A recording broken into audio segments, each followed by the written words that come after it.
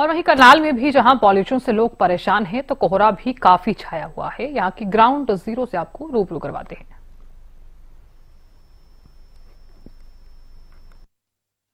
हरियाणा का करनाल जिला दिल्ली एनसीआर के उन जिलों में शामिल है जहां लोग इन दिनों प्रदूषण की मार झेल रहे हैं, क्योंकि प्रदूषण लगातार बढ़ता जा रहा है। करनाल जिले की एक्यूआई लेवल की बात की जाए तो सुबह करीब 3 बजे ये एक्यूआई लेवल 358 दर्ज किया गया है, जबकि सुबह 7:15 बजे ये एक्यूआई लेवल 315 दर्ज किया गया है।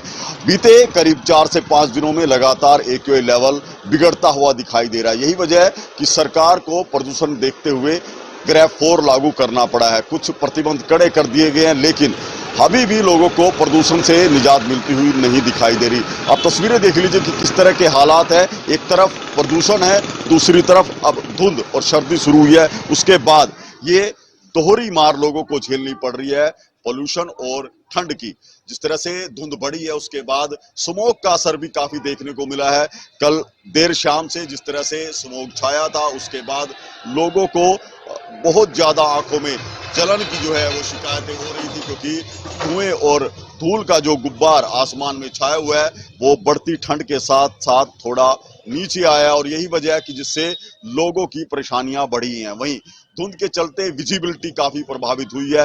विजिबिलिटी महज जो है 100 मीटर की है। इसमें धुंध का भी असर है और धुएं का भी असर है, और सबसे ज्यादा असर है वो प्रदूषण का। अभी सुबह के समय आप देख सकते हैं कि करीब 9 बज चुके हैं और अभी भी जो है विजिबिलिटी उतनी क्लियर नहीं है। विजिबिलिटी अभी भी इसी तरह से धूल और धुएं के कारण धुंध को ज्यादा प्रभावित कर रही है। देख सकते हैं कि लोगों की आवाजाही पर इसका असर पड़ा है। सड़कें अभी खाली है, क्योंकि जिस तरह से मौसम के मिजाज बने हुए हैं वो काफी प्रतिकूल है। अब बात करें सरकार द्वारा क्या कुछ कदम उठाए गए हैं। एक और जहां ग्रेफ 4 लागू किया गया है कि प्रदूषण के स्तर को कुछ कम किया जाए, कुछ प्रतिबंध लागू किए गए हैं। जो निर्माण कार्य चल रहे थे उन पर रोक लगाने का प्रयास किया गया है। इसके अलावा स्कूलों की छुट्टी करने के निर्देश दे दिए गए हैं कि बच्चे जो है सबसे ज्यादा प्रभावित होते थे, क्योंकि उनको सुबह के समय घर से निकलना पड़ता था स्कूल पहुंचने के लिए, और सबसे ज्यादा पोल्यूशन की मार और धुंध की मार उनके ऊपर पड़ती थी। तो सरकार ने स्थिति को देखते हुए स्कूलों की छुट्टी की है।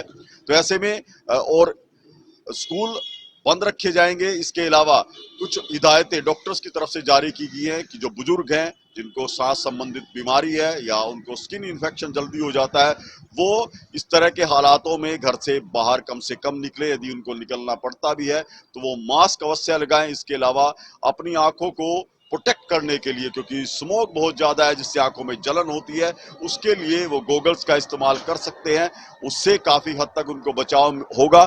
लेकिन आप मेरे पीछे तस्वीरें देख लीजिए कि किस तरह से जो वाहन है उनको दिक्कतें हो रही है, खासकर दोपहिया वाहन चालक। उनको यदि इस मौसम में बाहर निकलना पड़ता है, क्योंकि जो लोग रोजमर्रा काम के लिए बाहर जाते हैं उनको सबसे ज्यादा इफेक्ट पड़ता है। उनको हेलमेट अवश्य लगाना चाहिए, क्योंकि इस समय धुंध के साथ स्मोक का बड़ा ज्यादा असर है, जो आंखों पर सीधा रूप से प्रभाव कर रहा है। आंखों में इन्फेक्शन की शिकायतें इन दिनों बढ़ गई हैं। ये धूल और धुएं का जो गुब्बार है, इससे अभी कुछ निजात मिलती हुई भी दिखाई नहीं देगी, क्योंकि मौसम विभाग के अनुसार अभी बरसात होने के आसार कम नजर आ रहे हैं। और जब तक बरसात नहीं होगी, मौसम में परिवर्तन नहीं होगा या तेज हवाएं नहीं चलेंगी, तब तक मौसम की इसी तरह की परिस्थितियां बनी रहेंगी और प्रदूषण के भी यही हालात बने रहेंगे। और जिस तरह से एक्यूआई लेवल करनाल जिले का भी लगातार बढ़ता और बिगड़ता हुआ दिखाई दे रहा है, ये कहीं ना कहीं संकेत दे रहा है, अलार्मिंग कंडीशन है कि करनाल की आबो हवा यहाँ के लोगों के सेहत के लिए बिल्कुल ठीक नहीं है। हरियाणा न्यूज के लिए करनाल से महेंद्र।